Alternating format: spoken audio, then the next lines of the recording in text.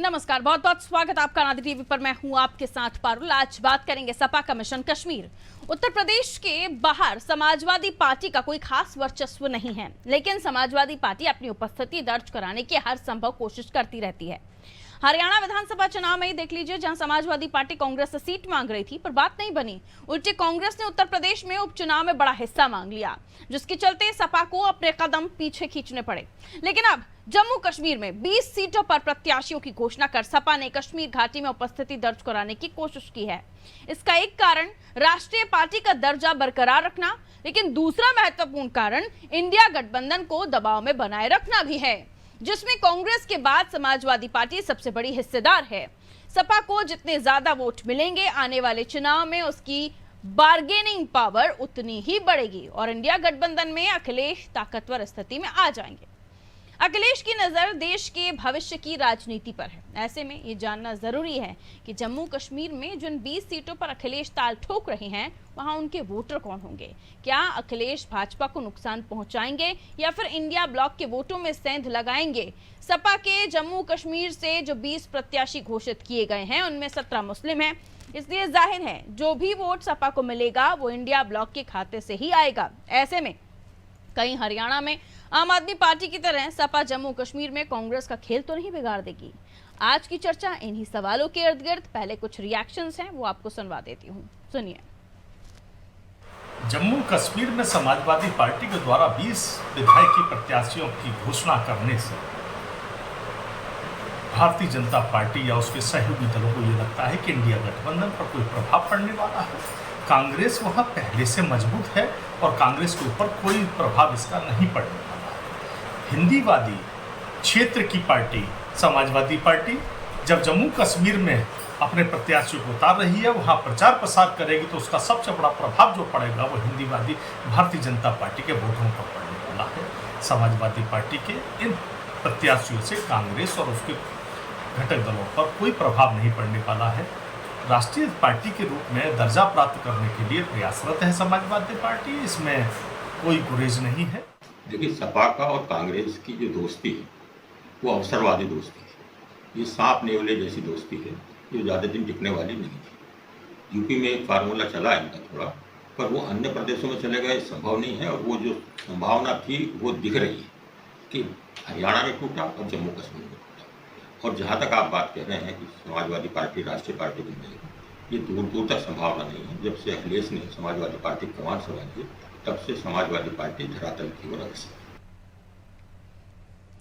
देखिए, समाजवादी पार्टी के 20 उम्मीदवारों को उतारने के बाद सबसे बड़ा झटका जो है वो इंडिया गठबंधन को ही लगा है, क्योंकि पीडीए का फॉर्मूला लेकर चल रही समाजवादी पार्टी उत्तर प्रदेश में क्या अल्पसंख्यक, क्योंकि ज़्यादातर वोट जो है मुस्लिम बाहुल्य क्षेत्र में हैं और सपा वहाँ से उम्मीदवारों को उतार रही है, तो ये माना जा रहा है कि बड़ी सेंधमारी सपा करेगी। और ये भी माना जा रहा है कि जिस कोर वोट बैंक को काटने की समाजवादी पार्टी कोशिश कर रही है वो इंडिया गठबंधन का ही होगा। चलिए आइए मुलाकात करवाती हूँ आपकी मेहमानों से। हमारे साथ जो मेहमान जुड़े हुए हैं, और सबसे पहले हमारे साथ जुड़ रहे हैं वरिष्ठ पत्रकार आलोक त्रिपाठी जी, उनसे शुरुआत करेंगे। हमारे साथ केसी जैन साहब भी जुड़ रहे हैं, बहुत बहुत स्वागत भारतीय जनता पार्टी से। और हेमंत साहब जुड़ रहे हैं हमारे साथ। हेमंत साहब कांग्रेस का पक्ष रखेंगे। मिश्रा जी बहुत स्वागत आपका। अशोक तिवारी जी समाजवादी पार्टी से जुड़ रहे हैं, सपा प्रवक्ता हैं, बहुत बहुत स्वागत। आलोक जी, सबसे पहले आप ही से शुरुआत कर रही हूँ। समाजवादी पार्टी पैर पसारने की कोशिश कर रही है, सभी को दिख रहा है, लेकिन हरियाणा में आपने अगर पैर पीछे ले लिए थे तो जम्मू कश्मीर में पैर आगे लेकर आप क्या कर रहे हैं? इंडिया गठबंधन को नुकसान पहुंचाने की कोशिश कर रहे हैं, अपना इंडिया गठबंधन में कद बनाए रखने की कोशिश कर रहे हैं, या फिर एक संदेश देने की कोशिश राजनीति में कि गठबंधन में भले ही है लेकिन हर जगह वो दूसरी पार्टी का मानकर नहीं चलेंगे, वो अपना भी कदम उठाएंगे। ये डेंट अगर पड़ेगा भी तो इंडिया गठबंधन को पड़ेगा, भारतीय जनता पार्टी को पड़ेगा। जम्मू कश्मीर में और भी दल हैं जो चुनावी मैदान में हैं। ऐसे में हरियाणा में आम आदमी पार्टी ने जो जोखिम उठा लिया है और यहाँ समाजवादी पार्टी ने, ये डेंट किसको देने वाले हैं और इससे समाजवादी पार्टी को फायदा क्या होगा? देखिए पारुल जी, समाजवादी पार्टी कह लीजिए या इंडिया गठबंधन जो है वो लोकसभा चुनाव के बाद मुझे नहीं दिख रहा कहीं चुनाव हो रहा हो, एक दिख रहे हो। चाहे हरियाणा देख लीजिए, आम आदमी पार्टी और कांग्रेस वहां अलग अलग लड़ रहे हैं।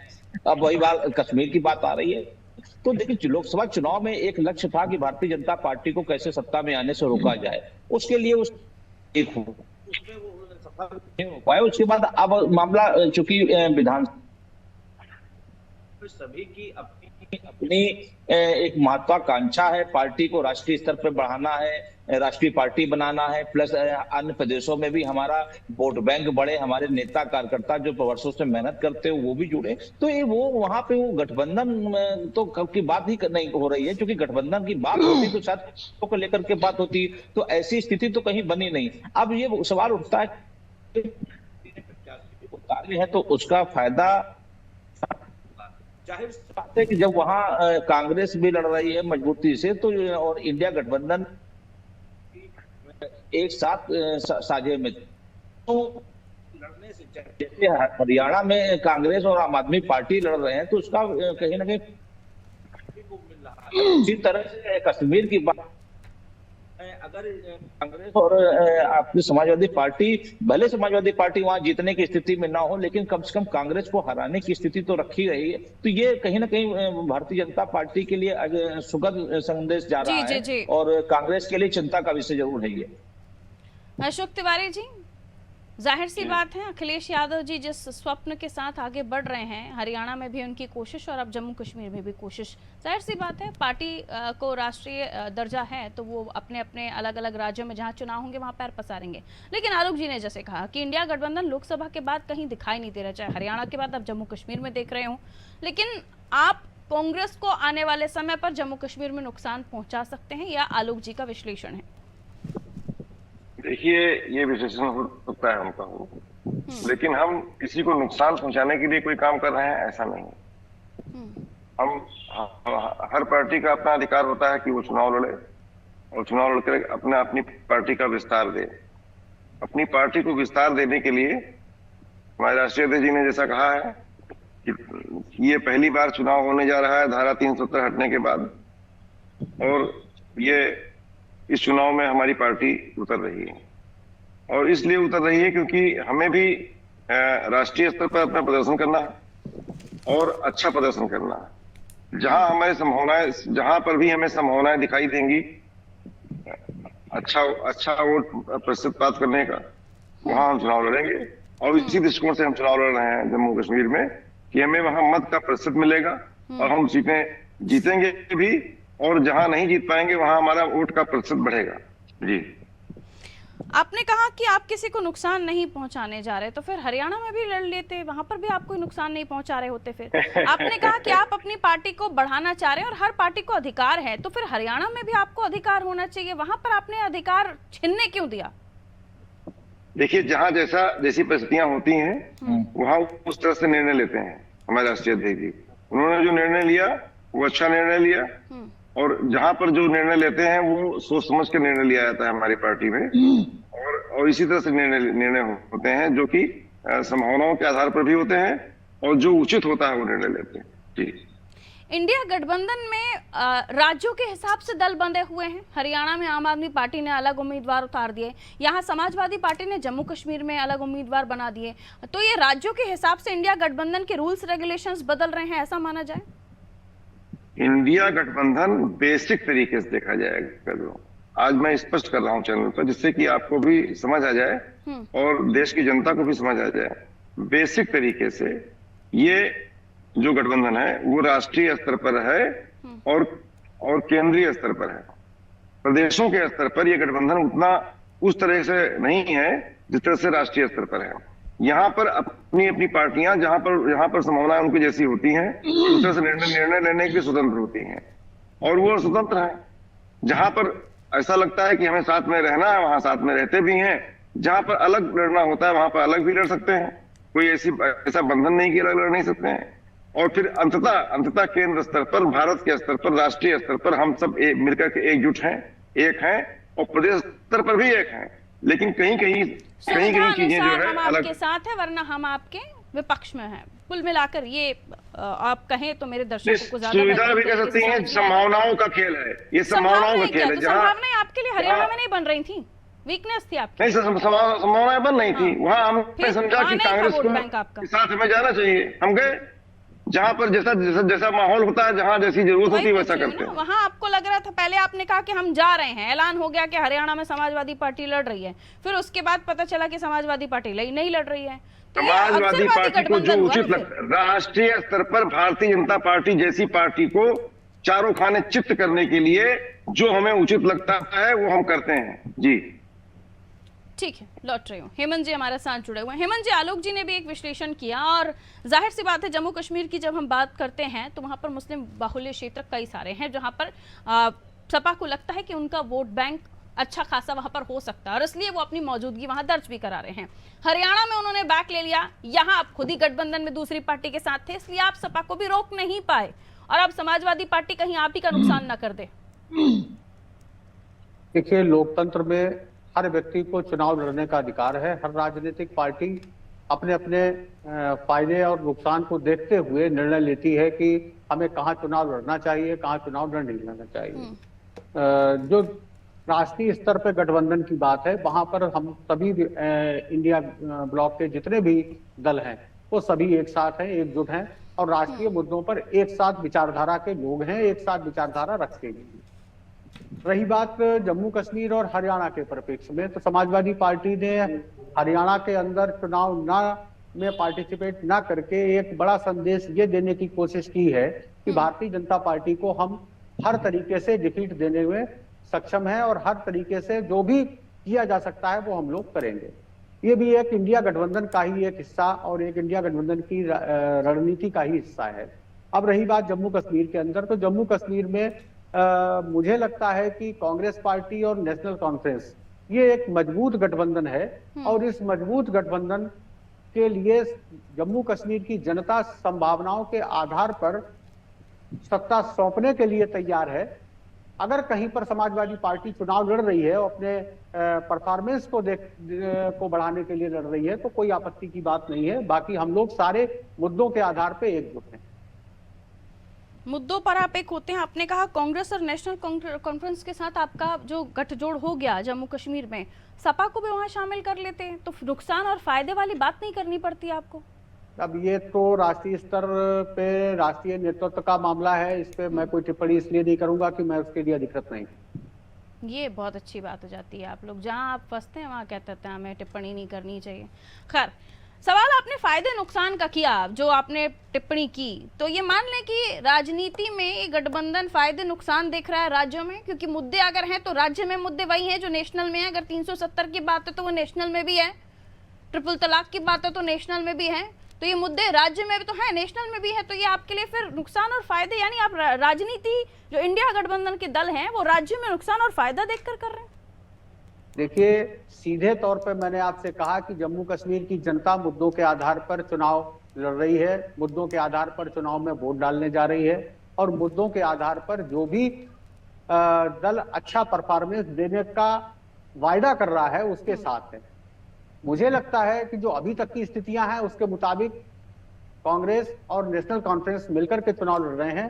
100% वहां पर हमारी सत्ता की वापसी होगी, ये आप जान लें। तो इनको बाहर वाला क्यों बना दिया है समाजवादी पार्टी को? ये भी तो आप ही गठबंधन के कोई कि बाहर राज्य का में नहीं, अलग कोई राज्य में बाहर तो का नहीं, हमारे भाई, कोई बाहर का नहीं है। हाँ। सभी लोग एक साथ हैं, एकजुट।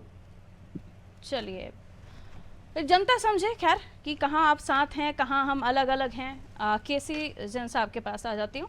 जैन साहब, इनका गठबंधन अपनी जगह है और ये बता रहे हैं साफ तौर पर कि फायदा और नुकसान ये तमाम चीजों को हम देखते हुए आगे बढ़ रहे हैं। मतलब आपको डेंट देना है, आपको अटैक देना है, इसलिए वो सारी चीजें करेंगे और वो कर भी रहे हैं।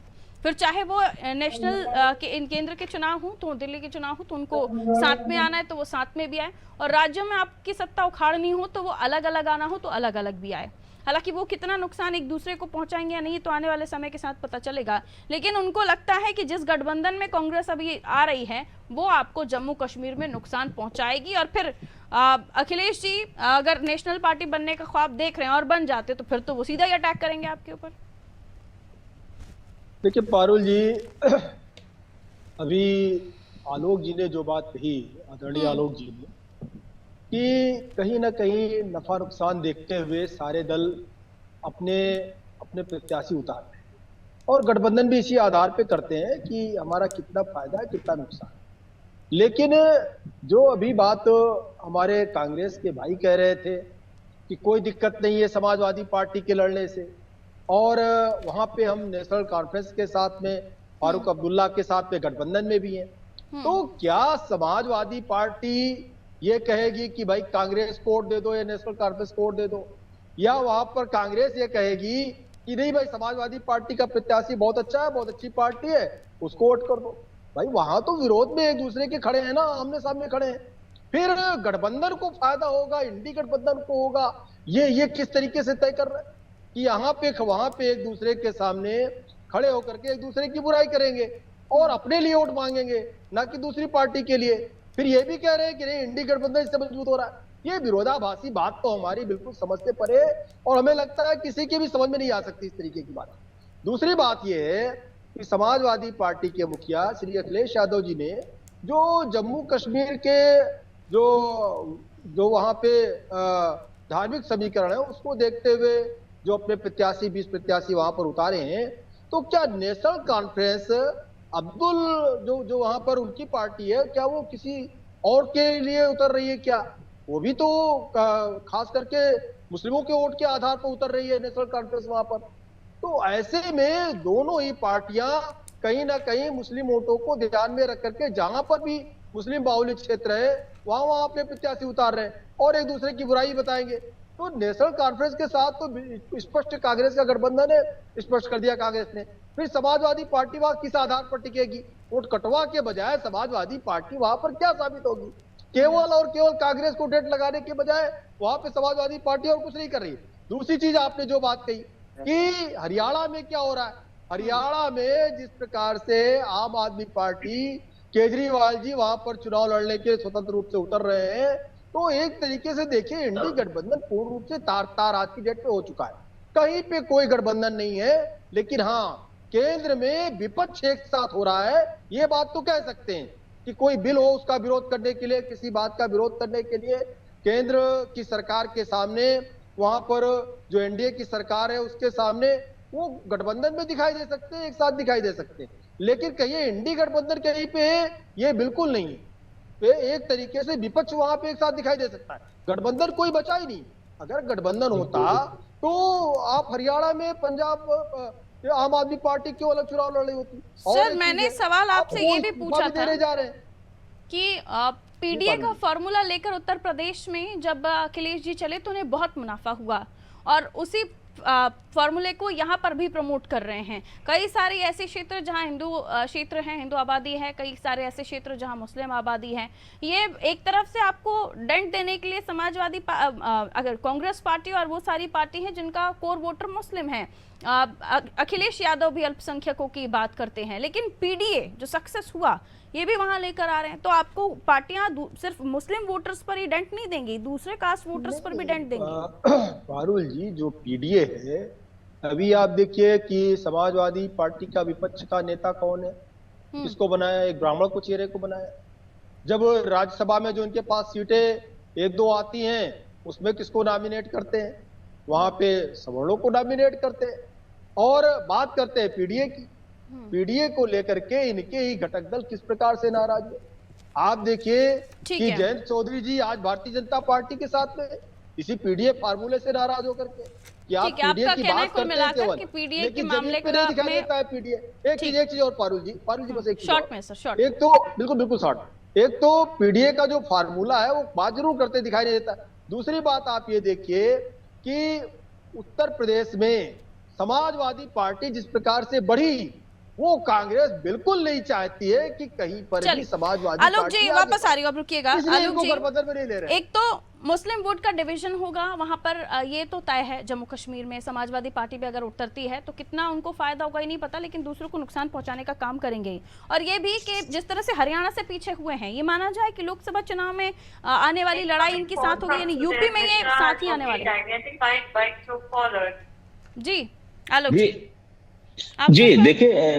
जी देखिए जम्मू कश्मीर में प्रत्याशी उतारने का मेन कारण मुझे जो लगता है दो ही कारण है। एक तो पार्टी का वोट बैंक बढ़े, जिससे पार्टी का जो एक लक्ष्य है राष्ट्रीय पार्टी बनने का वो पूरा हो, उसमें कुछ कदम आगे बढ़े। दूसरा, वहाँ जो मुस्लिम क्षेत्र है वहाँ, क्योंकि समझिए ये सभी को मालूम है कि समाजवादी पार्टी का जो मुस्लिम और यादव, वो बात अलग है कि समय समय पर चीजें बदलती रहती हैं, लेकिन ये वोट बैंक उनका रहा हुआ है। तो इसी कारण से उन्होंने वहां पे उन चुनिंदा क्षेत्रों में अपने प्रत्याशी उतारे, और जिसका नुकसान कहीं ना कहीं कांग्रेस या वहां की जो उनके सहयोगी दल है उनको होगा। यहाँ पे आप उसको अलग नहीं कर सकते, क्योंकि जब आप मैदान में उतरते हैं तो आप बात अपने लिए करेंगे ना, किसी दूसरे पक्ष के लिए तो नहीं करेंगे ना। चाहे आपके साथ में यूपी में साथ में हो सकते हैं, लेकिन जम्मू कश्मीर में नहीं है। तो ये अपनी पार्टी का, चूंकि सबकी अपनी अपनी पार्टियां भी हैं, इंडिया गठबंधन तो बाद में है, पहले पार्टी है, जब पार्टी रहेगी तब गठबंधन रहेगा। तो ये बात केंद्र में तो मामला समझ में आता है कि पहले खुद को बचाना है, फिर बाद में लड़ाई दूसरी लड़ी जाएगी।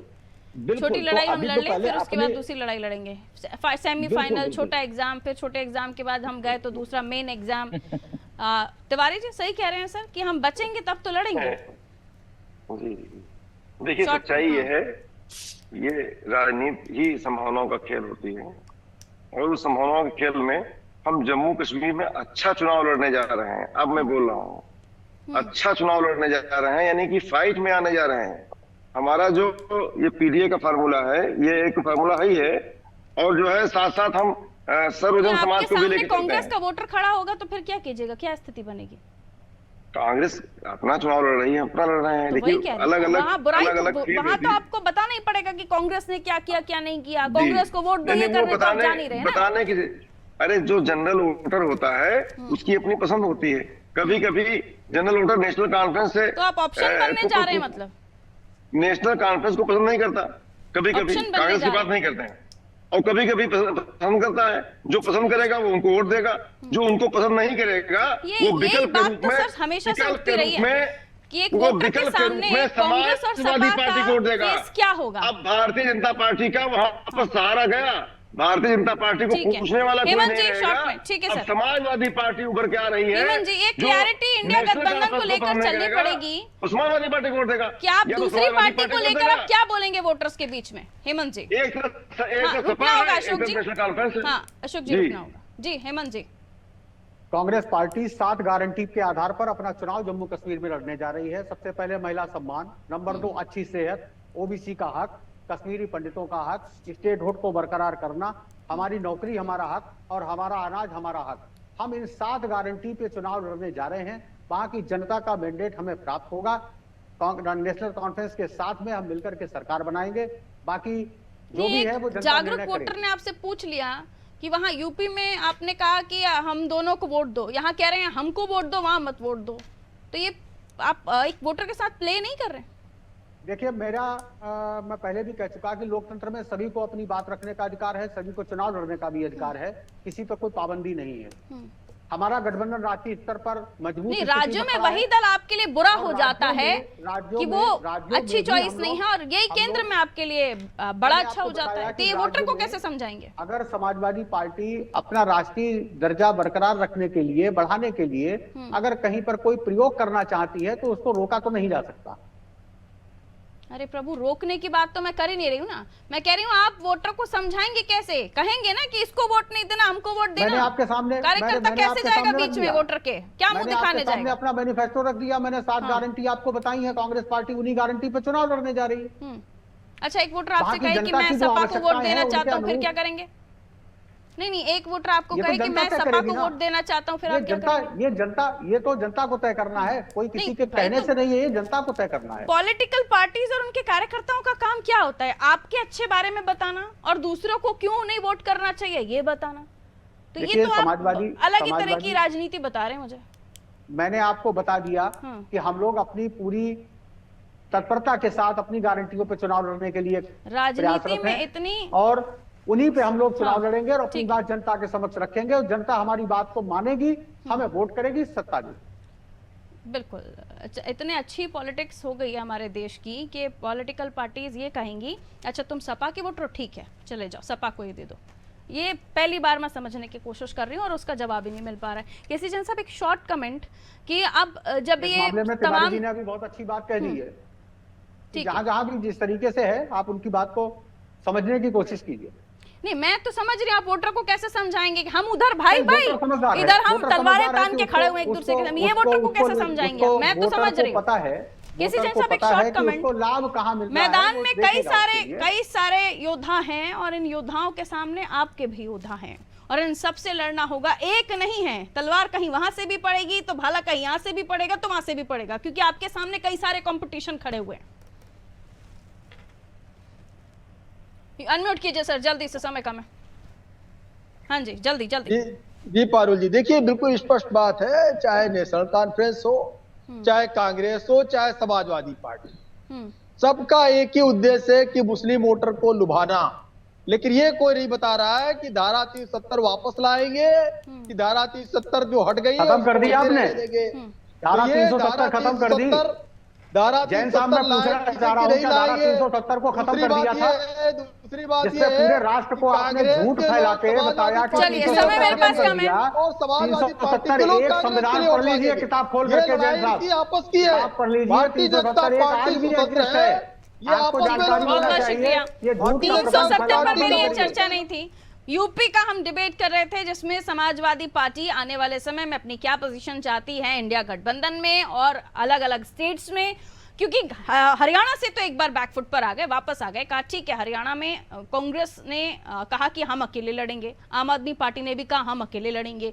उत्तर प्रदेश में जब उपचुनाव में कांग्रेस ने सीटें मांग ली तो सपा ने कहा ठीक है, हरियाणा छोड़ दीजिए, लेकिन फिर भी सपा को चाहिए कि वो बाकी स्टेट्स में जाए। हमने पिछले डिबेट में भी चर्चा की थी और ये पूछा था कि क्या समाजवादी पार्टी के मुखिया अखिलेश यादव वो सपना छोड़ देंगे जहां वो राष्ट्रीय पार्टी बनाना चाहते हैं अपनी पार्टी को? लेकिन बिल्कुल सही है, उन्होंने ऐसा कुछ नहीं सोचा कि वो छोड़ेंगे, बल्कि वो तो आगे बढ़ रहे हैं और भी स्टेट्स में। और अगर ऐसा ही होता रहा तो समाजवादी पार्टी बीजेपी को ज्यादा नुकसान पहुंचाएगी, अपने सहयोगी दलों को ज्यादा नुकसान पहुंचाएगी, क्योंकि जिस वोट बैंक पर अखिलेश यादव पकड़ रखते हैं उसी वोट बैंक पर तो कांग्रेस भी पकड़ रखती है और बाकी जम्मू कश्मीर के बाकी दल, जम्मू कश्मीर तक तो समझ आता है, लेकिन अन्य दलों में, अन्य राज्यों में भी ये दोनों ही दल एक दूसरे के सामने तलवार ताने खड़े रहेंगे। और फिर इंडिया गठबंधन का क्या होगा, जिसमें ये आपस में भाई भाई बता रहे थे एक दूसरे को और बाकी राज्यों में आप कौन हम नहीं जानते। बड़ी विचित्र पॉलिटिक्स है। खैर, दीजिए इजाजत, नमस्कार।